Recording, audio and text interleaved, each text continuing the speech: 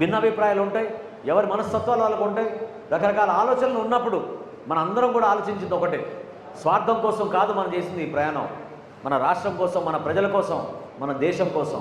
దానికే మనం జనసేన పార్టీ నుంచి అంకిత భావంతో ఈ కూటమిలో బలంగా నిలబడి పార్టీని, ప్రభుత్వాన్ని ముందుకు తీసుకెళ్లాల్సిన అవసరం, బాధ్యత మన అందరిపైన ఉంది. ఎందుకంటే నేను ఈ మాట చెప్తున్నాను మీ అందరికీ కూడా, కొంతమంది నామినేటెడ్ పదవుల్లో కానివ్వండి, మనం జరిగిన నీటి సంఘాల్లో కానివ్వండి, రాబోయే రోజుల్లో సొసైటీ ఎన్నికల్లో కానివ్వండి, మరింత నామినేటెడ్ పోస్టుల విషయంలో కానివ్వండి, ఎవ్వరు కూడా అధైర్యపడాల్సిన అవసరం లేదు. మీరు ఎట్టి పరిస్థితుల్లో కూడా మీకు న్యాయం జరుగుతున్న నమ్మకం మీలో ఉండాలి. ఎందుకంటే పవన్ కళ్యాణ్ గారు నిలబడేది మీలాంటి కార్యకర్తల కోసమే, మీలాంటి నాయకత్వం కోసమే. ఏ కార్యక్రమం చేసినా కూడా ఎప్పుడు కూడా నేను ఇదే చెప్తున్నా మీకు, ఎప్పుడైనా సరే ఏ కార్యక్రమం చేసినా కూడా వేదిక పైన ఎంతమంది కూర్చున్నాను ముఖ్యమని కాదు, మీరు ముఖ్యం. జన సైనికులుగా, వీర మహిళలుగా మీరు చేసిన కార్యక్రమం ముఖ్యం. మీరు ఒక అంకిత భావంతో పనిచేస్తారు, స్వార్థం లేకుండా పనిచేస్తారు. పార్టీ కార్యక్రమం ఎక్కడున్నా కూడా మీరు తరలి వస్తారు. అదే మన పార్టీని ముందు తీసుకొచ్చింది. అది ఎప్పుడు కూడా మర్చిపోం. జిల్లాల వారీగా, నియోజకవర్గాల వారీగా, ఒక్కొక్క సందర్భంలో కులాల వారీగా కూడా మనం సామాజిక కోణం నుంచి చూసి అడ్జస్ట్ చేయాల్సిన అవసరం ఉంటుంది. కాబట్టి ఒకేసారి అందరినీ అడ్జస్ట్ చేసుకోలేకపోతున్నాం.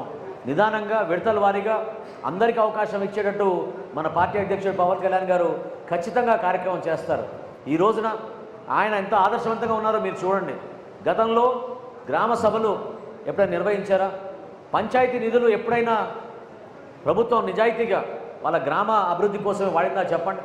5 సంవత్సరాలు దారి మళ్ళించారు, నిధులు క్షేత్రస్థాయిలో కేటాయించలేదు. కానీ పవన్ కళ్యాణ్ గారు మాత్రం ఆ తప్పు చేయలేదు.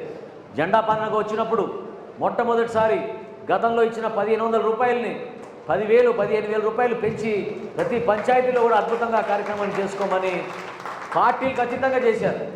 ఇందాక మన మిత్రులు చెప్పినట్టు ఈ రోజున 3,750 కిలోమీటర్లు సీసీ రోడ్లు రాష్ట్ర వ్యాప్తంగా మనం అద్భుతంగా చేసుకుంటూ ముందుకెళ్తున్నాం.